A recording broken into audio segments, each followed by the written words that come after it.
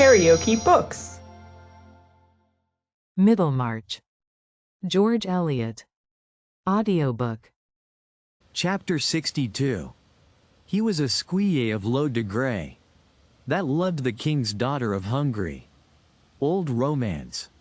Will Ladislaw's mind was now wholly bent on seeing Dorothea again, and forthwith quitting Middlemarch. The morning after his agitating scene with Bulstrode he wrote a brief letter to her, saying that various causes had detained him in the neighborhood longer than he had expected, and asking her permission to call again at Lowick at some hour which she would mention on the earliest possible day, he being anxious to depart, but unwilling to do so until she had granted him an interview. He left the letter at the office, ordering the messenger to carry it to Lowick Manor, and wait for an answer. Ladislaw felt the awkwardness of asking for more last words.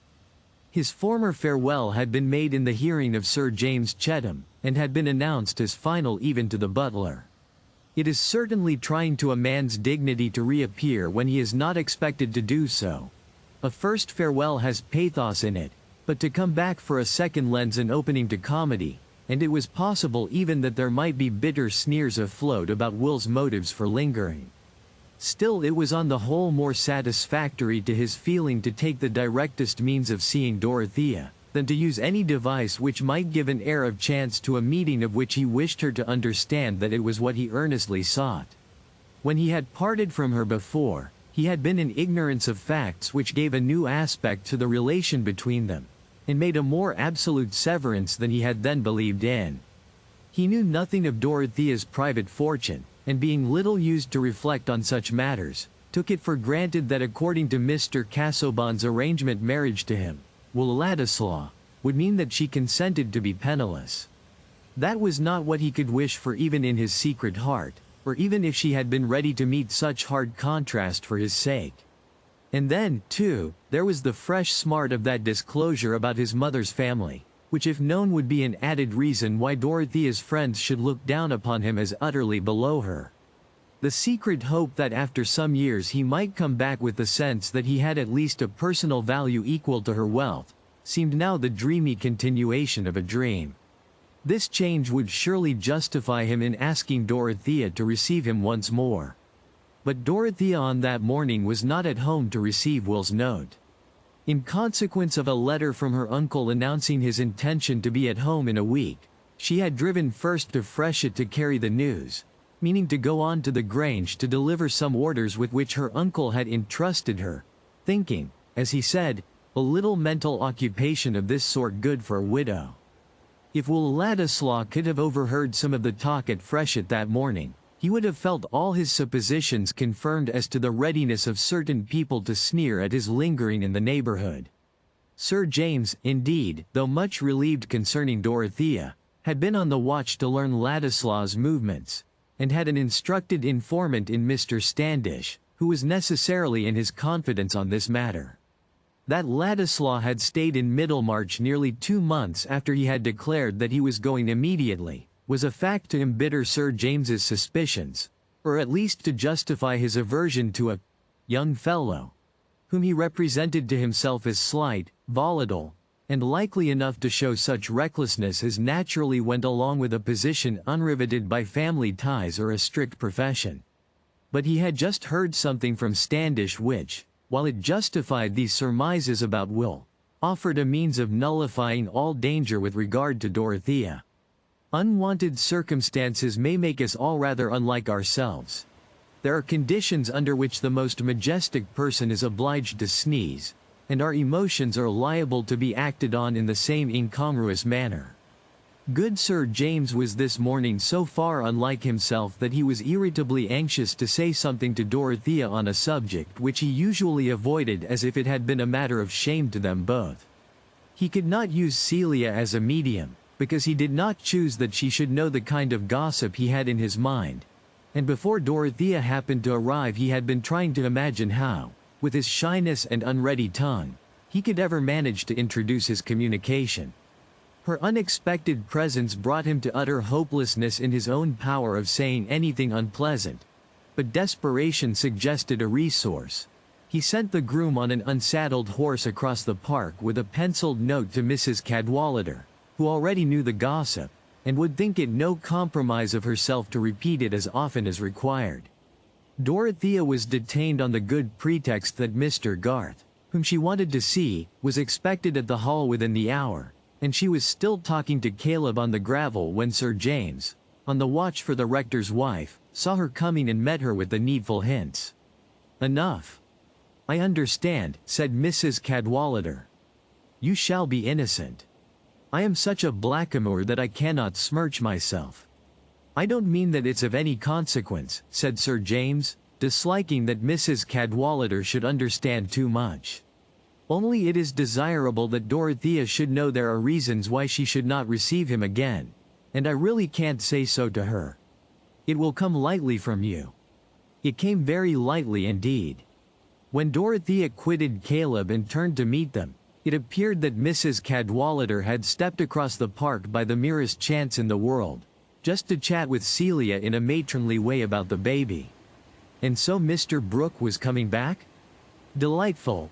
Coming back, it was to be hoped, quite cured of parliamentary fever and pioneering. Apropos of the pioneer, somebody had prophesied that it would soon be like a dying dolphin, and turn all colors for want of knowing how to help itself, because Mr. Brooke's protege, the brilliant young Ladislaw, was gone or going. Had Sir James heard that? The three were walking along the gravel slowly, and Sir James, turning aside to whip a shrub, said he had heard something of that sort. "All false," said Mrs. Cadwallader. "He is not gone, or going. Apparently, the Pioneer keeps its color, and Mr. Orlando Ladislaw is making a sad dark blue scandal by warbling continually with your Mr. Lydgate's wife, who they tell me is as pretty can be. It seems nobody ever goes into the house without finding this young gentleman lying on the rug or warbling at the piano. But the people in manufacturing towns are always disreputable. You began by saying that one report was false, Mrs. Cadwallader, and I believe this is false too," said Dorothea, with indignant energy. "At least, I feel sure it is a misrepresentation. I will not hear any evil spoken of Mr. Ladislaw. He has already suffered too much injustice." Dorothea, when thoroughly moved, cared little what anyone thought of her feelings, and even if she had been able to reflect, she would have held it petty to keep silence at injurious words about Will from fear of being herself misunderstood. Her face was flushed and her lip trembled. Sir James, glancing at her, repented of his stratagem, but Mrs. Cadwallader, equal to all occasions, spread the palms of her hands outward and said, "Heaven grant it, my dear. I mean that all bad tales about anybody may be false. But it is a pity that young Lydgate should have married one of these Middlemarch girls. Considering he's a son of somebody, he might have got a woman with good blood in her veins, and not too young, who would have put up with his profession. There's Clara Harfagher, for instance, whose friends don't know what to do with her, and she has a portion. Then we might have had her among us. However, it's no use being wise for other people. Where is Celia? Pray let us go in." "I am going on immediately to Tipton," said Dorothea, rather haughtily. "Goodbye." Sir James could say nothing as he accompanied her to the carriage. He was altogether discontented with the result of a contrivance which had cost him some secret humiliation beforehand. Dorothea drove along between the buried hedgerows and the shorn cornfields, not seeing or hearing anything around.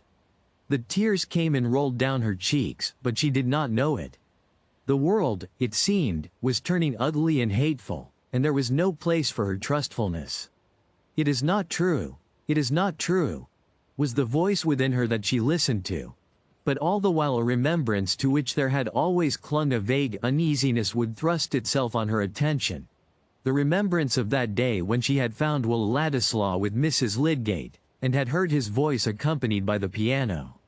"He said he would never do anything that I disapproved. I wish I could have told him that I disapproved of that," said poor Dorothea, inwardly, feeling a strange alternation between anger with Will and the passionate defense of him. "They all try to blacken him before me, but I will care for no pain if he is not to blame. I always believed he was good. These were her last thoughts before she felt that the carriage was passing under the archway of the lodge gate at the Grange, when she hurriedly pressed her handkerchief to her face and began to think of her errands. The coachman begged leave to take out the horses for half an hour as there was something wrong with a shoe, and Dorothea, having the sense that she was going to rest, took off her gloves and bonnet, while she was leaning against a statue in the entrance hall, and talking to the housekeeper. At last she said, "I must stay here a little, Mrs. Kell. I will go into the library and write you some memoranda from my uncle's letter, if you will open the shutters for me." "The shutters are open, madam," said Mrs. Kell, following Dorothea, who had walked along as she spoke. "Mr. Ladislaw is there, looking for something." Will had come to fetch a portfolio of his own sketches which he had missed in the act of packing his movables, and did not choose to leave behind. Dorothea's heart seemed to turn over as if it had had a blow, but she was not perceptibly checked. In truth, the sense that Will was there was for the moment all satisfying to her, like the sight of something precious that one has lost. When she reached the door she said to Mrs. Kell, "Go in first, and tell him that I am here." Will had found his portfolio, and had laid it on the table at the far end of the room, to turn over the sketches and please himself by looking at the memorable piece of art which had a relation to nature too mysterious for Dorothea. He was smiling at it still, and shaking the sketches into order with the thought that he might find a letter from her awaiting him at Middlemarch, when Mrs. Kell close to his elbow said, "Mrs. Casaubon is coming in, sir." Will turned round quickly, and the next moment Dorothea was entering. As Mrs. Kell closed the door behind her they met. Each was looking at the other, and consciousness was overflowed by something that suppressed utterance. It was not confusion that kept them silent, for they both felt that parting was near, and there is no shamefacedness in a sad parting. She moved automatically towards her uncle's chair against the writing table, and Will, after drawing it out a little for her, went a few paces off and stood opposite to her. "Pray sit down," said Dorothea, crossing her hands on her lap. "I am very glad you were here." Will thought that her face looked just as it did when she first shook hands with him in Rome, for her widow's cap, fixed in her bonnet, had gone off with it, and he could see that she had lately been shedding tears. But the mixture of anger in her agitation had vanished at the sight of him. She had been used, when they were face to face, always to feel confidence and the happy freedom which comes with mutual understanding, and how could other people's words hinder that effect on a sudden?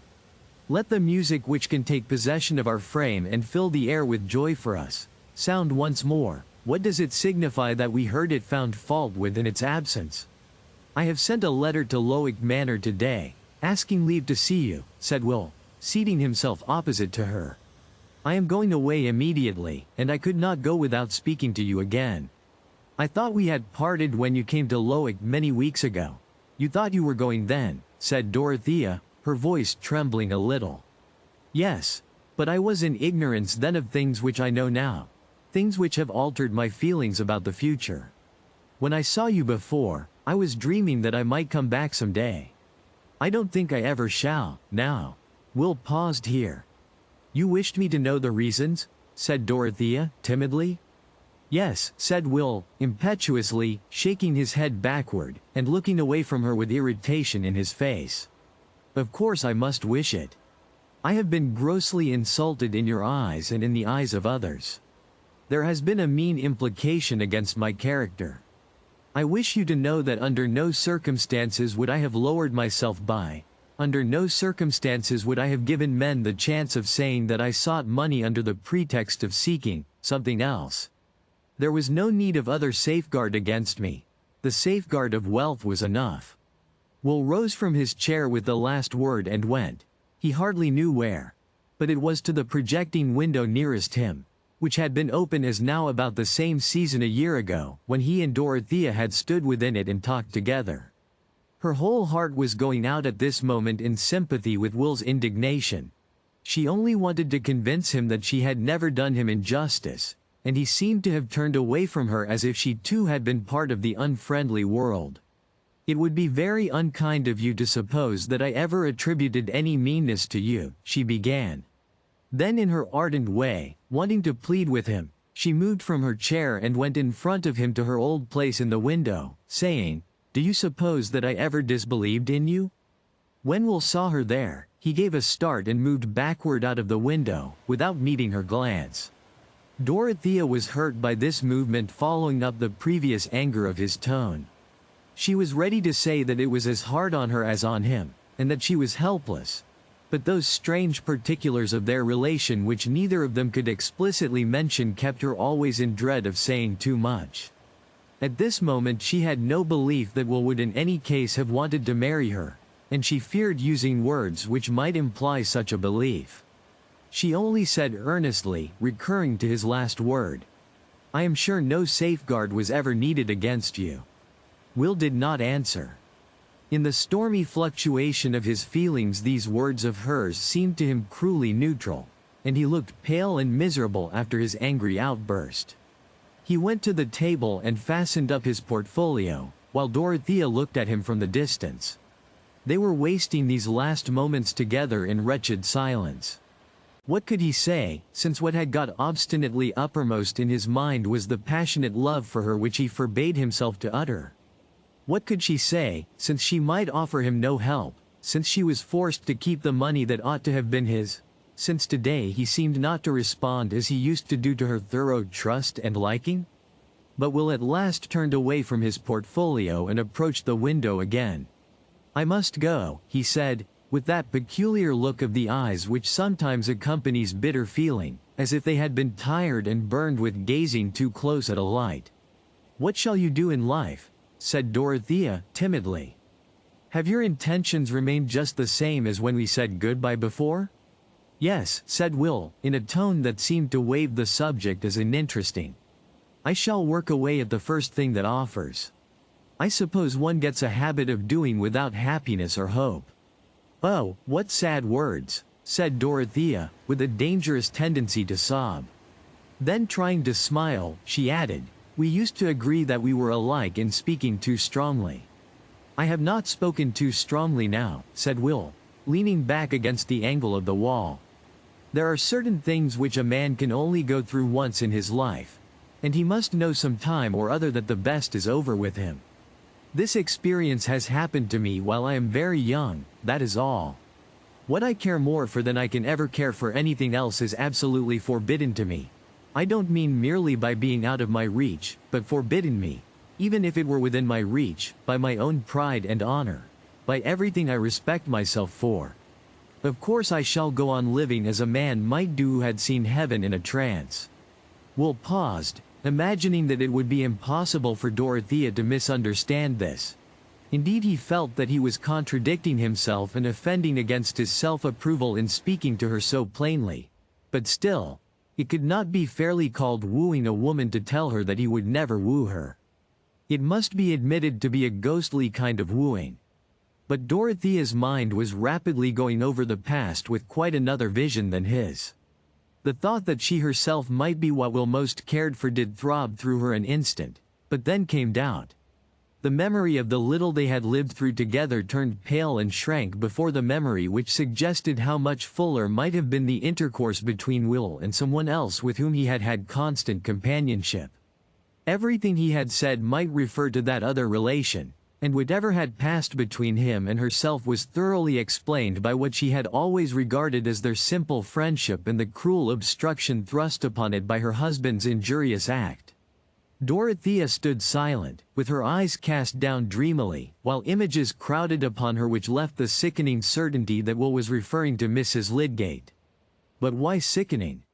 He wanted her to know that here too his conduct should be above suspicion. Will was not surprised at her silence. His mind also was tumultuously busy while he watched her, and he was feeling rather wildly that something must happen to hinder their parting. Some miracle. Clearly nothing in their own deliberate speech. Yet, after all, had she any love for him? He could not pretend to himself that he would rather believe her to be without that pain. He could not deny that a secret longing for the assurance that she loved him was at the root of all his words. Neither of them knew how long they stood in that way. Dorothea was raising her eyes and was about to speak, when the door opened and her footman came to say, "The horses are ready, madam, whenever you like to start." "Presently," said Dorothea. Then turning to Will, she said, "I have some memoranda to write for the housekeeper." "I must go," said Will, when the door had closed again, advancing towards her. "The day after tomorrow I shall leave Middlemarch." "You have acted in every way rightly," said Dorothea, in a low tone, feeling a pressure at her heart which made it difficult to speak. She put out her hand, and Will took it for an instant without speaking, for her words had seemed to him cruelly cold and unlike herself. Their eyes met, but there was discontent in his, and in hers there was only sadness. He turned away and took his portfolio under his arm. "I have never done you injustice. Please remember me," said Dorothea, repressing a rising sob. "Why should you say that?" said Will, with irritation. "As if I were not in danger of forgetting everything else." He had really a movement of anger against her at that moment, and it impelled him to go away without pause. It was all one flash to Dorothea, his last words, his distant bow to her as he reached the door, the sense that he was no longer there.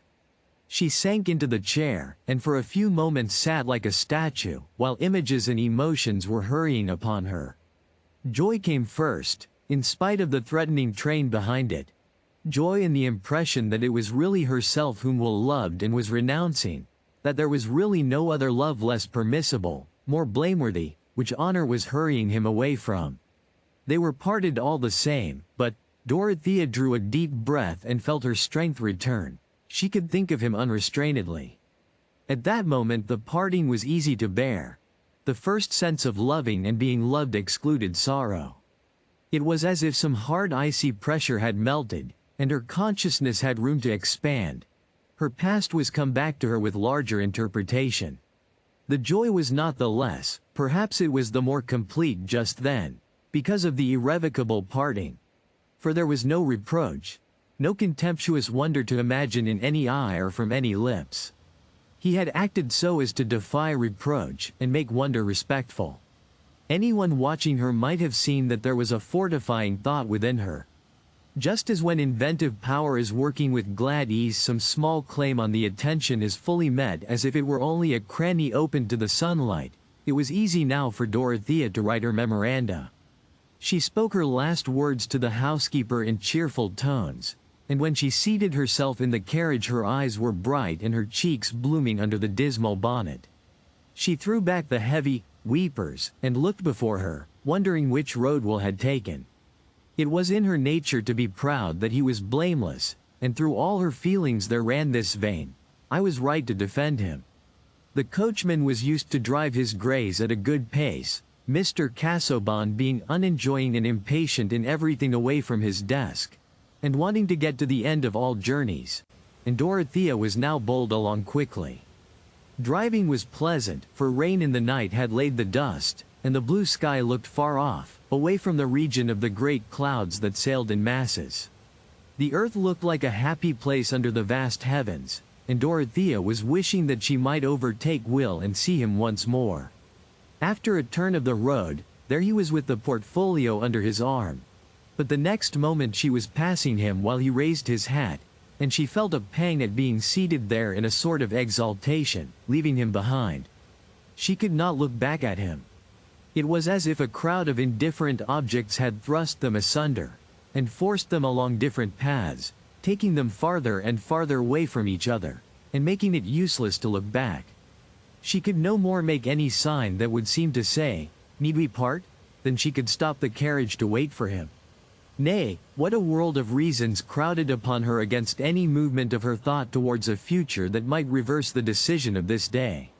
"I only wish I had known before. I wish he knew. Then we could be quite happy in thinking of each other, though we are forever parted. And if I could but have given him the money, and made things easier for him," were the longings that came back the most persistently. And yet, so heavily did the world weigh on her in spite of her independent energy, that with this idea of Will as in need of such help and at a disadvantage with the world, there came always the vision of that unfittingness of any closer relation between them which lay in the opinion of every one connected with her. She felt to the full all the imperativeness of the motives which urged Will's conduct. How could he dream of her defying the barrier that her husband had placed between them? How could she ever say to herself that she would defy it? Will certainty, as the carriage grew smaller in the distance, had much more bitterness in it. Very slight matters were enough to gall him in his sensitive mood, and the sight of Dorothea driving past him while he felt himself plodding along as a poor devil seeking a position in a world which in his present temper offered him little that he coveted, made his conduct seem a mere matter of necessity, and took away the sustainment of resolve. After all, he had no assurance that she loved him. Could any man pretend that he was simply glad in such a case to have the suffering all on his own side? That evening Will spent with the Lydgates. The next evening he was gone. If you liked what you heard, please subscribe to the channel.